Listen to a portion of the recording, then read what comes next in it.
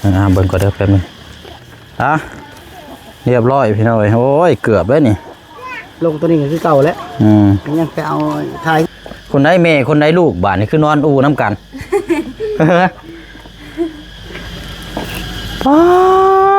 มารอบนี้ยังนี่พี่น้องบึ้งทุ่มโยนี่เลี้ยงกบเลี้ยงปลาเนาะโอ้คักพี่น้องเอ้ยอ่างน้ำ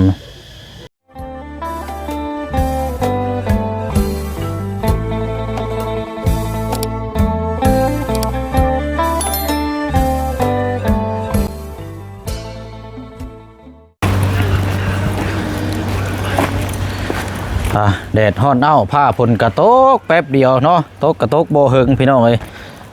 ตกพอดีแบบให้เฮาเก็บเสื้อผ้าหน้าแพ้นี่เนาะเอาพี่น้องเนาะมาพบมาเจอกันเวลาบ่าย2 โมงสิเข้า3 โมงเนาะหากันมาแต่ล่างรถ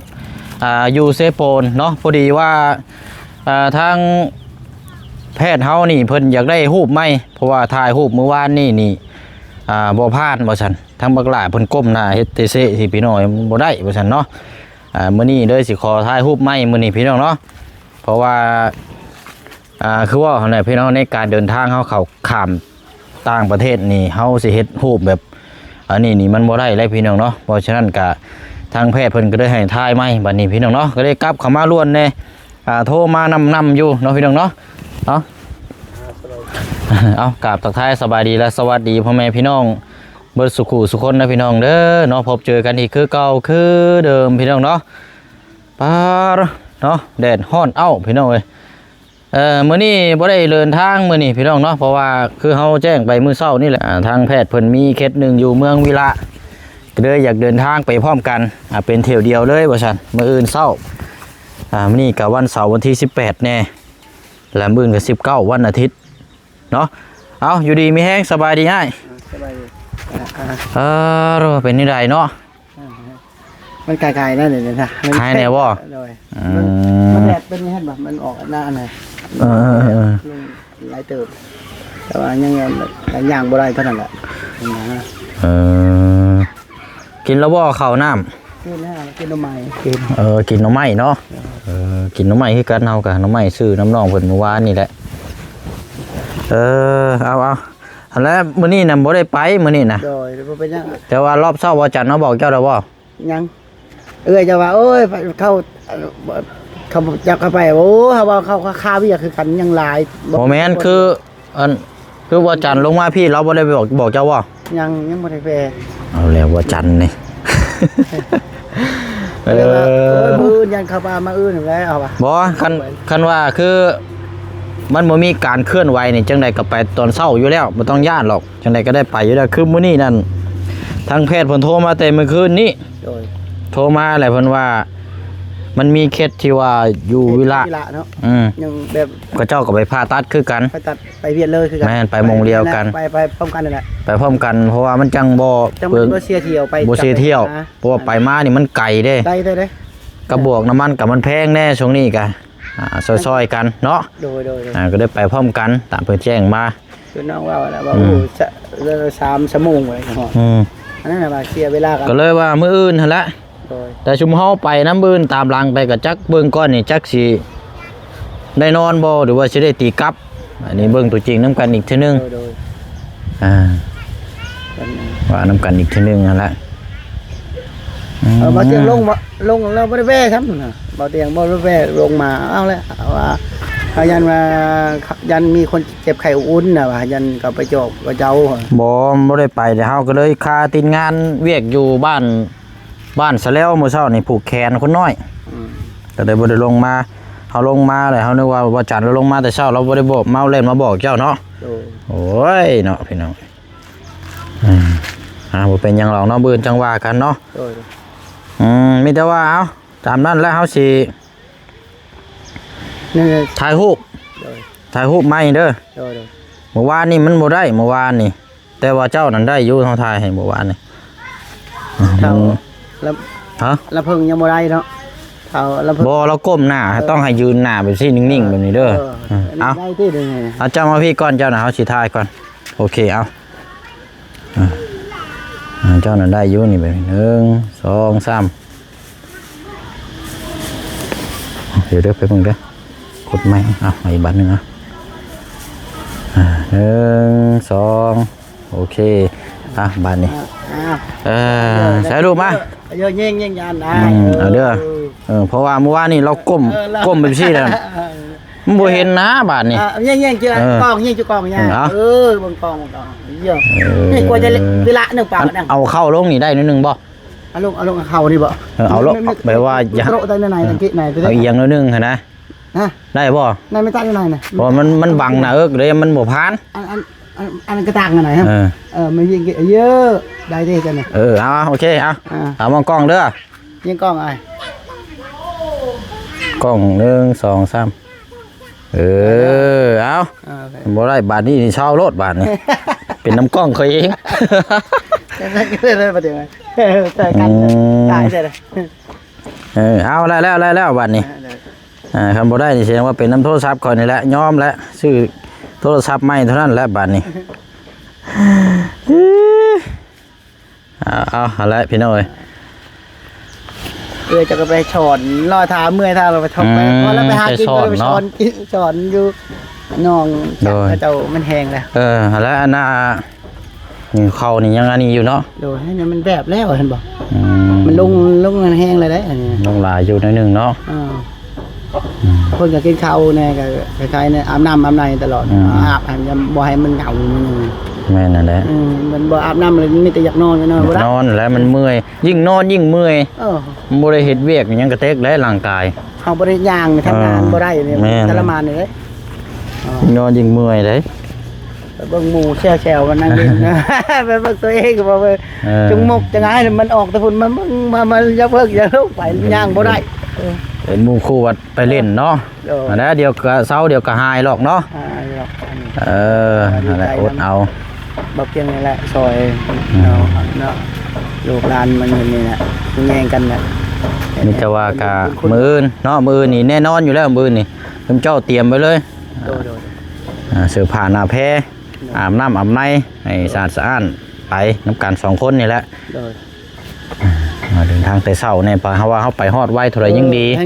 นะอย่างเขาบางทีครับบอยอันนั้นเขาเฮ็ดได้ไปมากับให้เมียกับนี่บางทีครับจังหวะแล้วมือนี่ก็ได้มือกับมือจนนั่นแหละอยู่พวกนี้นั่นเต็มที่ถึงจะไปฮอดปั๊บนี่เพศเพิ่นก็กวดใช้เวลาเต็มที่ก็3 ชั่วโมงผลกวดออกมาก็ว่าเพิ่นสิให้ผ่าตัดบ่หรือว่าสิให้วางยาหรือว่าจังได๋ก็รุ่นน้ำกันอีกเนาะถ้าเทื่อเพิ่นมียาว่าบ่ต้องผ่าตัดกินยานี่มันหายเศร้าเลยนี่มันละลายจริงๆมันก็เป็นไปได้เนาะเอาว่าจะบ่ได้นอนก็ได้เนาะเทื่อก็แล้วรุ่นชมน้ำกันมื้อเฮาก็หากันมาแต่เซโปนเอารถไปล้างไปล้างมาแต่กัดไว้ถ่ายรูปแน่แล้วเฮากันเพราะว่าเฮ็ดใบขาวเด้ขึ้นไปเอาใบนั่นเด้ใบยังยืนไปโอ้ยนั่นแหละเกือบอีกเด้นี่โอ้แห้งแล้วข่อยโอ้ยว่าจันยังว่าเอาใบยังยืนน้ำนี่เด้อว่าจันเกือบไปได้นี่เพราะว่าเขาเจ้าสิได้เลินเวียกไว้ละมื้อสิได้ออกเวียกงานไว้เลยนะอันนี้ก็ให้น้องกบไปเลยนะก็ใบตัวงานตัวใบแชร์เลยบ่เฮาถ่ายนั่นแหละถ่ายอะไรดีแบะออกมาให้มันเกี่ยงๆเฮาสิถ่ายรูปส่งไปให้ทางแพทย์เพิ่นวางลงหันวางกระดาษ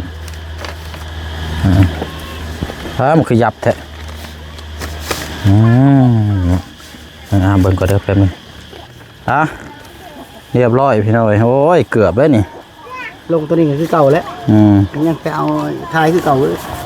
ตัวนี้นี่สิส่งทั้งให้แพทย์ล่ะค่ะแม่นว่าแพทย์ส่งต่อไปทั้งร้านก็แม่นเพิ่นสิจดรายละเอียดเลยนั่นแหละส่งให้ทางวัดชันต่ออีกก่อนพี่น้องเอาอันนี้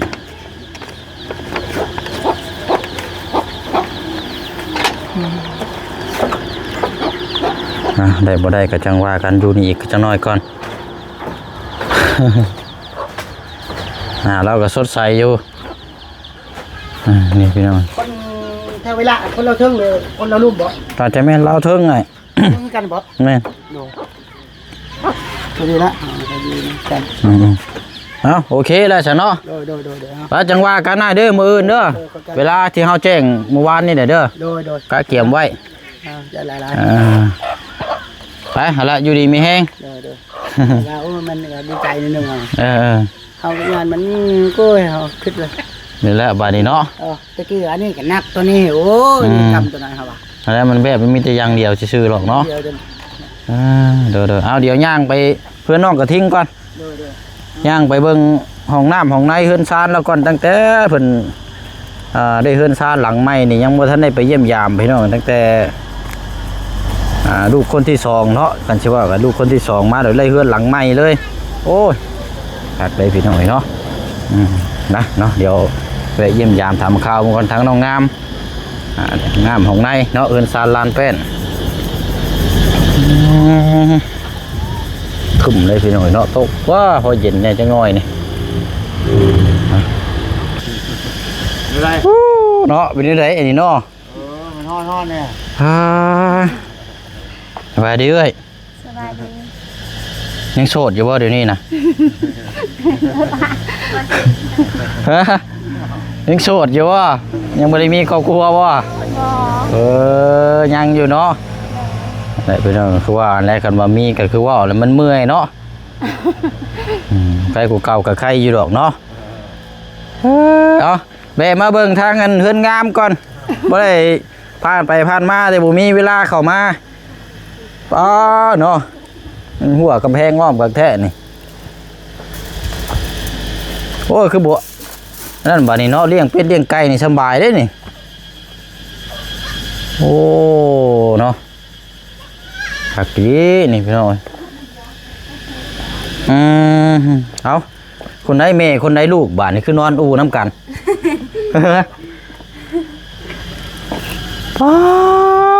มารอบนี้ยังนี่พี่น้องบึ้มทุ่มโยนี่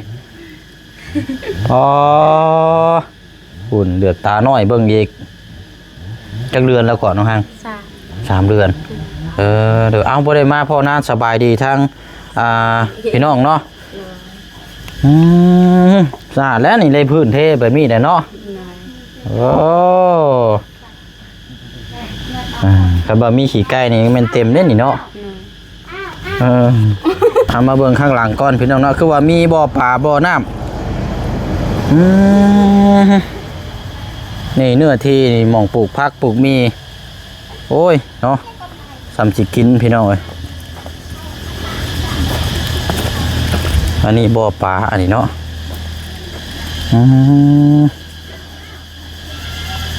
โอ้ยคักอยู่ดีนี่เลี้ยงกบเลี้ยงกบเลี้ยงปลาเนาะโอ้คักพี่น้องเอ้ยล้างน้ำแต่ว่าบ่มีน้ำตัวนี้นี่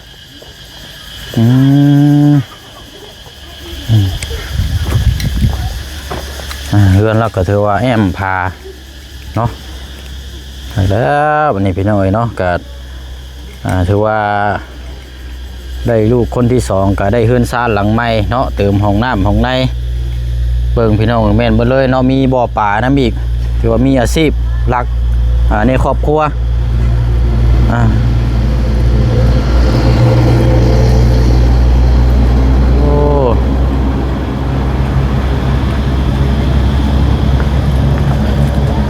ได้ห้องน้ำห้องในเนาะขนาดพอดีงาม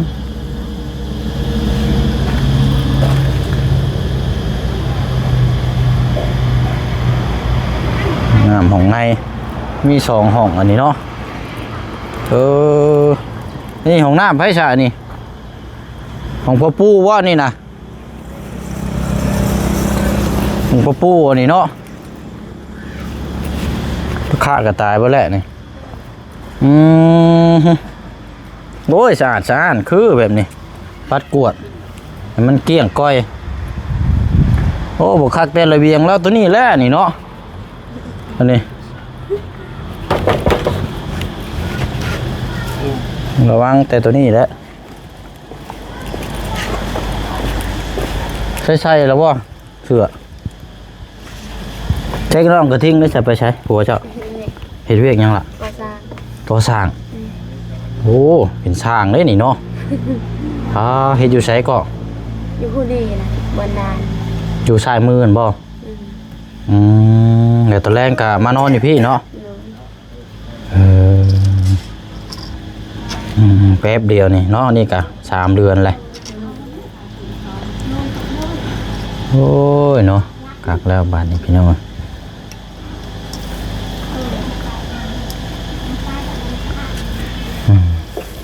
ทางเฮือนก็ถือว่าแอมพาย่ำยังคักเลยเนาะ โดย โอ้เอาดีใจนำเด้อ โดย ห้องน้ำห้องในบ่เว้นว่ามีห้องน้ำจะว่าบ่ได้ใช้ใช่บ่จักบ่ ใส่แล้ว ใช่แล้วบ่บ่ได้เข้าป่าบ่ โดย มีน้ำอยู่แล้วว่า มี มีอยู่เนาะ โดย เออเป็นน้ำมองน้ำรวมเนาะ โดย อืม มันยากนิดนึง คันสิพังท่อมาก็คือพังท่อมาได้อยู่บ่น้องทางคันพังท่อมัน ลูกเป็นบ่ พังท่อมาแต่พุ่นบ่ โดย เพิ่นให้พังมาอยู่บ่ แล้วเพิ่นตอบถอดนะ หึ ถอดนั้นบ่ทัน สายยางนี่บ่ อืม เออใส่สายยางไว้ว่าเขาเปิดเต็มพุ่นก็มาดึงมาพี่ โดย ใส่น้ำกันเนาะ โดย ใส่น้ำกันกับปูนั่นบ่ โดย ปูเจ้าก็ได้ห้องน้ำมาหนึ่งบ่ โดยบ่ อ๋อคักอีดีนี่เนาะโอ้พี่น้องเอาแล้วนี่บริหารกันแล้วว่ามีห้องน้ำแล้วบัดนี้ ผู้ใด ชุมเจ้านะถือกันอยู่บ่ โดย บริพิษบริเทียงกันแล้วว่าเนาะ โดย อย่าไปให้กันได้ห้องน้ำของนายยังว่าพิษกันอยู่นั่นบ้าห่วยเอาอะไรพี่น้องคือได้ยินข่าวว่าอยู่คือสิมีเบิดทุกหลังคาบ่แม่นบ่อยู่นี่ห้องน้ำ นั่นแหละ เนาะได้ยินทางบ่จันว่าทุกครอบครัวเลยบ่ซั่นพี่น้องเอ้ยก็สิได้มีห้องน้ำนํกันเบิดเลยเฮ็ดให้เบิดเลยบ่ซั่นอันนี้ก็จังว่าการตามได้ยินเนาะติดตามเบิ่งนํกันว่าสิเป็นจริงหรือว่าบ่เป็นจริงจังไดก็ลุ้นชมเบิ่งนํกันนั่นแหละเนาะเอาก็ได้ยินตากคำเพิ่นแจ้งมาอันนั้นทางเฮือนแม่นงเลยเพิ่นน่ะมีแล้วห้องน้ำแล้วเนาะได้เฮือนได้ก็ได้ห้องน้ำเลยโอ้ดีใจน้ำดีใจน้ำอันน่ะบ่อนั่นน่ะเลี้ยงแนวน้องกบบ่คือเลี้ยงปลาบ่นี่น่ะ ว่าจะกลับบ้าน เลี้ยงปลาบ่มันยากนิดนึงนะมันยากนำสำรวมนั่น แบบไรก็ ว่ามันยากนำสำรวมนั่น มันยากน้ำสมรวม เนาะเป็นนำเองง่าย มันก็ เป็นตัวนั้นลูกได้2 ชั่วโมงพูดแต่ เป่งใช่หันบ่นี่มันบกอยู่บ่บกอยู่บ่น้ำอยู่หั่นน่ะ มันออกแน่เลย ซึมหมอกบ่มันต้องรอเลี้ยงตลอดได้เนาะต้องหาซื้อผาลำมาเนาะผาลำมาห้องจังบ่อันนี้โพดดิโลเนาะทึมๆอยู่นี่มึงสิกินข้าวเข่งข้าวแบบคำบึงใหญ่แท้นี่เนาะมาโถแล้วนี่ขี้ลายแห้งดิโลทึมอยู่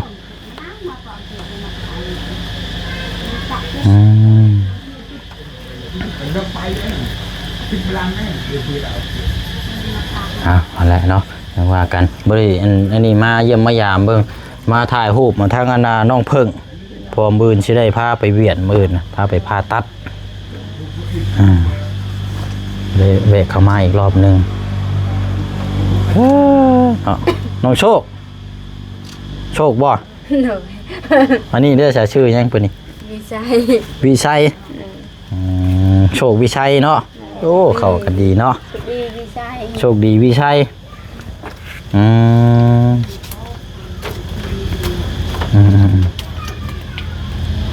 ดีแล้วเนาะป้าเสด็จบ่เชียงครับกดเด้อเด้อเอาเนาะดีแล้วพี่น้องเลยเนาะโอ้ดีแล้ววันนี้เนาะโอ้แล้ววันนี้สะอาดเนาะใช่เว้ยน้องไม้ไม่ได้ไปหามาขายบ่ บ่ไม่ได้พักอยู่ จะเข้าก็ไปหาอยู่บ่ โดย เป็นนี่ได้ลูกสาวอันผัวน่ะอยู่ไสอยู่นี่น่ะ อยู่บ้านพัวเลย อยู่บ้านผัวบ่ โดย ได้ลูกแล้ว ยังตั้งท้องอยู่ ยังตั้งท้องอยู่จักเดือนน่ะ ประมาณ5 เดือน 5 เดือนแล้วเนาะ จักปีกว่าเรานะ 14 ปี อายุ14 ปีแล้วเนาะแต่งอายุ14 ปีแล้วตอนนี้นั่นท้องแล้ว5เดือนเนาะ โดย เออเอาจนนั้นก็ได้อุ้มหลานแล้วเจ้าเนาะ ดีแต่ว่าลูกนั้นใหญ่เลยเนาะ โดย เจ้าก็อยู่นี่แล้วกับลูกกับเต้าเนาะ โดย น้องเลยได้เป็นนี่ได้น้องเลย น้องเลยไปเรียนอยู่ จังสิใหญ่เป็นสาวเด้อเนาะเบิ่งทางนั้นกันอ่ะก็วันเวลาเนาะเปลี่ยนแปลงไว้แป๊บเดียวอะไรเอ้ยเด้อเดินทางก่อน โดย พอมาเอาถ่ายรูปทางน้องเพิ่งเพิ่นเอาไปส่งไปไส้แดนให้กับเจ้าอัดขอบไว้บื้นสิเดินทางถ้าเราไปผ่าตัดอยู่เวียดไปก่อนบ้านนี้โอ้เอาไปเด้อครับรถประตูเด้อด้วยตรงสีเข่าเนาะกี่ดีนี่ใช่โอ้ขี้แกบห้ำได้นี่ไปอะไรพี่น้องเนาะลาพี่แล้วน้องไปก่อนเด้อพี่น้องเด้อเนาะเวลาเกือบบ่าย3 โมงเลยหากินข้าวกินน้ำก่อนบัดนี้พี่น้องเนาะพบเจอกันในคลิปหน้าเนาะเดี๋ยวจะเข้าไปหาทางน้องจะดีอยู่มื้อนี้พี่น้องเนาะติดตามเบิ่งนำกันว่าสิเรื่องหยังเนาะพี่น้องเนาะฝากพี่ฝากน้องกดติดตามเบิ่งนำกันเนาะบ๊ายบายเด้อพี่น้องเด้อเราอยู่ดีมีแห่งร่ำรวยเบิดสุขุสุขคนเนาะสบายดี